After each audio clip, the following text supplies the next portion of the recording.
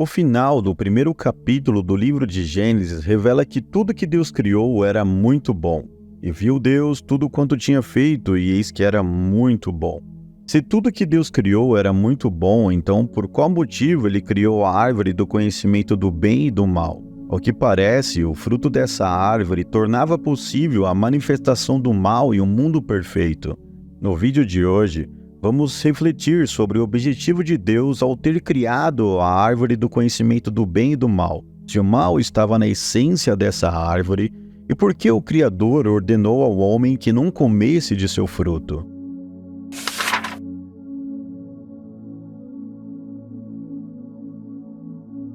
No capítulo 2 de Gênesis, vemos que Deus fez brotar no Éden toda a árvore agradável aos olhos e boa para comer, e a árvore da vida no meio do jardim, e por fim a árvore do conhecimento do bem e do mal.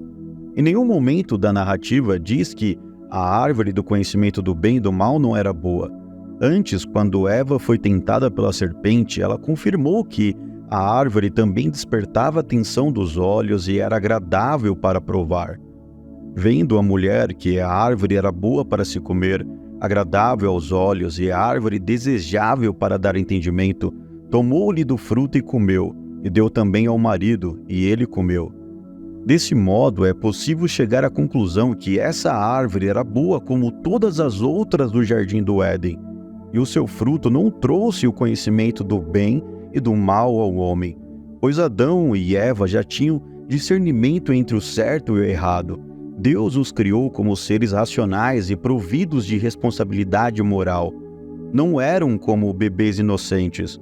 Mas se a árvore era boa como todas as outras do jardim, por qual motivo Deus proibiu o homem de comer seu fruto? E o Senhor Deus ordenou ao homem: coma livremente de qualquer árvore do jardim, mas não coma da árvore do conhecimento do bem e do mal, porque no dia em que dela comer, certamente você morrerá. O propósito de Deus era que o homem provasse sua fidelidade a ele. Deus permitiu que Adão escolhesse entre dois caminhos: confiar de todo o seu coração no seu Criador e andar segundo a sua vontade, ou viver conforme a sua própria vontade na terra, sem a necessidade de Deus para guiar o seu caminho. Se não existisse essa possibilidade de escolha, não seria possível o homem estar com Deus por vontade própria. Ele seria como um robô programado. O mal entrou no mundo quando o homem decidiu conscientemente desobedecer a ordem e se rebelar contra o Criador, desejando usurpar seu lugar, acreditando em uma independência ilusória na palavra de Satanás. Como um filho que acredita na palavra de um estranho e decide abandonar e trair seus pais, que lhe deram tudo de bom e do melhor, além de muito amor e carinho. Em relação ao homem ter notado que estava nu somente depois de comer do fruto, alguns estudiosos das Escrituras Sagradas acreditam que Adão e Eva, por estarem constantemente na presença de Deus, tinham seus corpos cercados por uma espécie de luz antes da queda. Mas quando desobedeceram a Deus e pecaram, perderam essa luz e por esse motivo viram que estavam nus. Agora, interpretando esse relato sobre a queda do homem no Éden de maneira alegórica, é possível dizer que o fruto da árvore do conhecimento do bem e do mal simboliza o pecado, que pode ser prazeroso e agradável aos olhos, e aparentemente não faz mal algum. Ele traz a falsa sensação de liberdade e independência de Deus, mas na verdade envergonha e torna o homem escravo dos seus próprios desejos, o distanciando do seu Criador, e assim gerando a morte. Reflita e observe com atenção o mundo em que vivemos, e se possível responda: as pessoas são realmente livres?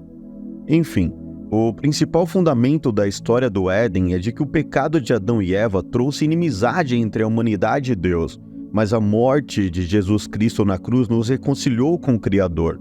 Porque Deus amou o mundo de tal maneira que deu o seu Filho unigênito para que todo aquele que nele crê não pereça, mas tenha vida eterna. Jesus disse: se vocês permanecerem firmes na minha palavra, verdadeiramente serão meus discípulos, e conhecerão a verdade, e a verdade os libertará.